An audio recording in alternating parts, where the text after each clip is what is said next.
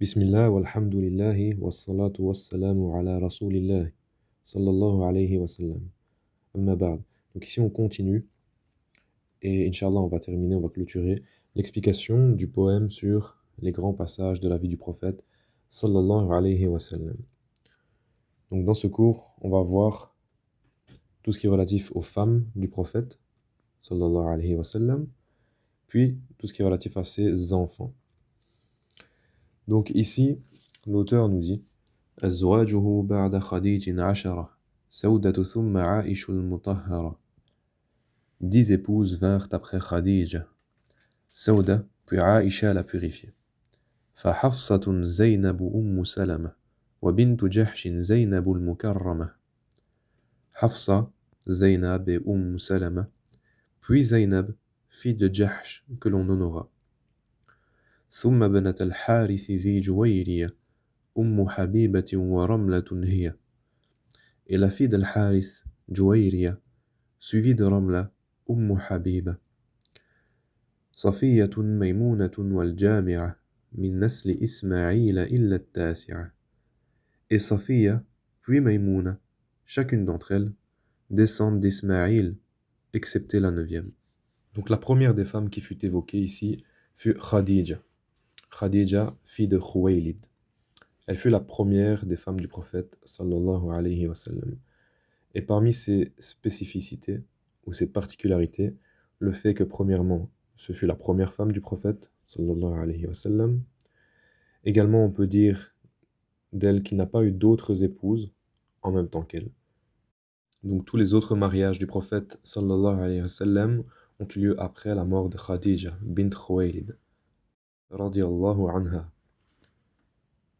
En troisième lieu, on peut dire également qu'elle fut la première femme qui ait cru au prophète, sallallahu alayhi wa sallam. Quatrièmement, c'est elle qui a le plus soutenu le prophète, sallallahu alayhi wa sallam, par ses biens comme par sa propre personne. Cinquièmement, Allah Azza wa Jalla l'a spécifié en lui passant le salam par l'intermédiaire de Jibril. Sixièmement, elle fut la mère du plus grand des enfants du prophète, sallallahu alayhi wa sallam, c'est-à-dire Al-Qasim, par lequel le prophète, sallallahu alayhi wa sallam, fut surnommé, c'est-à-dire que le prophète était surnommé Abul Qasim. Et donc c'était la mère de cet enfant. Et de ce fait, on l'appelait également Ummul Qasim, la mère de Al-Qasim. Et la septième particularité de Khadija bint Khuwaylid, c'est qu'elle reçut la bonne annonce d'une demeure au paradis, comme cela est mentionné dans le hadith de Abu Huraira, qui est rapporté par Al-Bukhari et Muslim, dans lequel l'ange Jibril dit au prophète, en parlant de Khadija, lorsqu'elle arrivera, transmets-lui le salam de son Seigneur, ainsi que le mien, et annonce-lui la bonne nouvelle d'un palais de perles au paradis, exempt de tout bruit et de toute fatigue. La deuxième femme du prophète, sallallahu alayhi wa sallam, s'appelait Sauda, fille de Zam'a, Sauda bint Zam'a.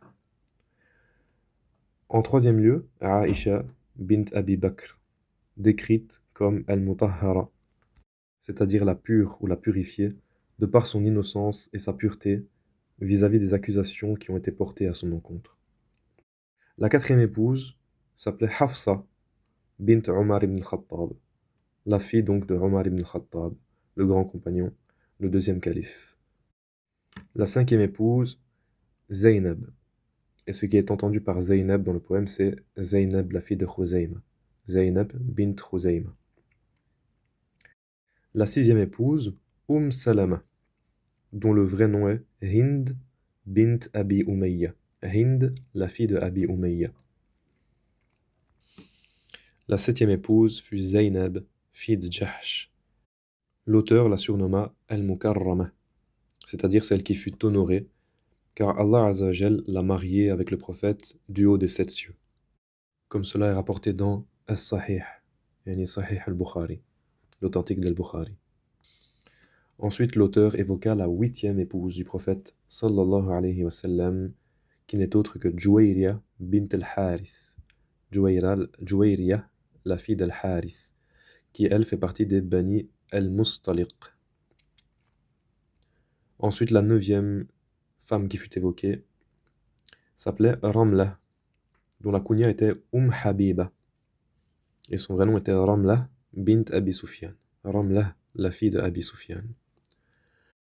La 10e épouse qui fut évoquée n'est autre que Safiya, c'est-à-dire Safiya, fille de Huyay ibn Akhtab, qui fait partie des Banu Israël de la descendance du prophète Haroun, alayhi salam. Puis l'auteur évoqua la 11e et dernière épouse du prophète, sallallahu alayhi wa sallam, qui n'est autre que Maymuna bintul Harith, Maymuna, la fille de Al-Harith. Donc toutes les femmes qui viennent d'être citées étaient les épouses du prophète, sallallahu alayhi wa sallam.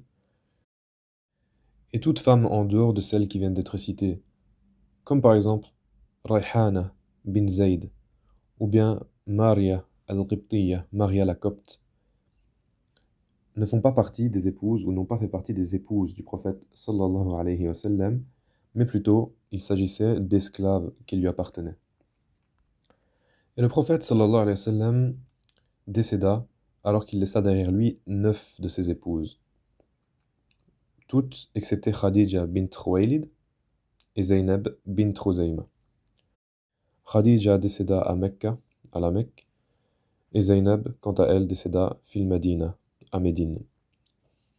Et toutes les épouses du prophète sallallahu alayhi wa sallam qui ont été citées font partie des Arabes, c'est-à-dire de la descendance de Ismaïl, fils de Ibrahim, alayhi salam, excepté Safiya, à propos de qui nous avons mentionné qu'elle faisait partie de la descendance de Haroun, le frère de Moussa, alayhi salam.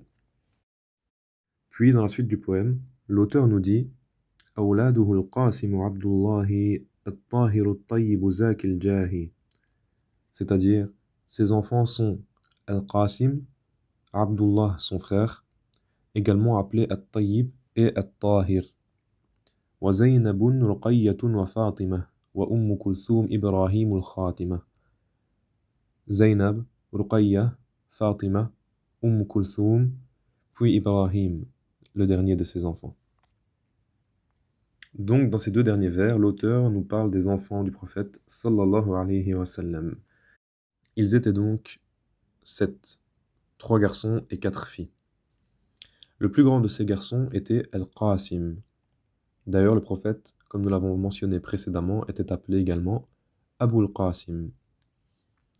Il eut également Abdullah, qui était surnommé At-Tahir et At-Tayyib, mais également Al-Mutahhar et Al-Mutayyib.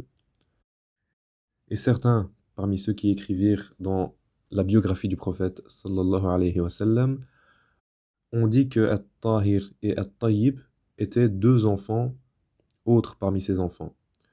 Mais la majorité des savants, et c'est également l'avis qu'ont adopté Ibn al-Qayyim, Ibn Kathir et Al-Zahabi, est que At-Tahir et At-Tayyib étaient les surnoms d'Abdullah, le fils de Mohammed sallallahu alayhi wa sallam. Ensuite, l'auteur évoqua donc toutes les filles d'une seule traite.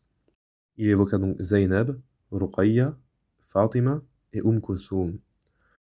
La plus grande était Zaynab et la plus petite, Fatima. Bien qu'il y ait une divergence entre les savants concernant le fait de savoir si la plus petite est Fatima ou Kulthum. Et ce qui est authentique, c'est que c'est Fatima. Et le dernier des enfants du prophète, sallallahu alayhi wa sallam, fut Ibrahim, qu'il eut de Maria la Copte, Maria al-Qibtiyya. Donc tous les enfants du prophète, sallallahu alayhi wa sallam, avaient pour mère Khadija, à l'exception de Ibrahim, dont la mère était Maria la Copte. Et tous les enfants du prophète, sallallahu alayhi wa sallam, moururent durant sa vie, à l'exception de Fatima. Et parmi les caractéristiques ou les particularités de Fatima, il y a le fait qu'elle est la reine des femmes du paradis et parmi les reines des femmes de ce bas monde. Également, on peut citer le fait que Fatima décéda après la mort du prophète sallallahu alayhi wa sallam, contrairement aux autres enfants du prophète sallallahu alayhi wa sallam. Et troisièmement, il y a le fait qu'il n'y eut de continuité dans la descendance du prophète sallallahu alayhi wa sallam que par Fatima. C'est-à-dire que Fatima eut 2 enfants qui s'appelaient Al-Hassan ou Al-Hussein avec Ali ibn Abi Talib. Et ils furent les seuls petits-enfants du prophète sallallahu alayhi wa sallam, et par eux continua la lignée et la descendance du prophète sallallahu alayhi wa sallam. Ainsi s'achève l'explication du poème des grands passages sur la vie du prophète sallallahu alayhi wa sallam. Et ces cours ou ces audios avaient pour but d'avoir une vision d'ensemble pour le musulman sur les grands passages de la vie du prophète sallallahu alayhi wa sallam et les choses qu'il est important à connaître pour pouvoir par la suite aller plus loin. هذا والله أعلم وصلى الله على نبينا محمد وعلى آله وصحبه وسلم.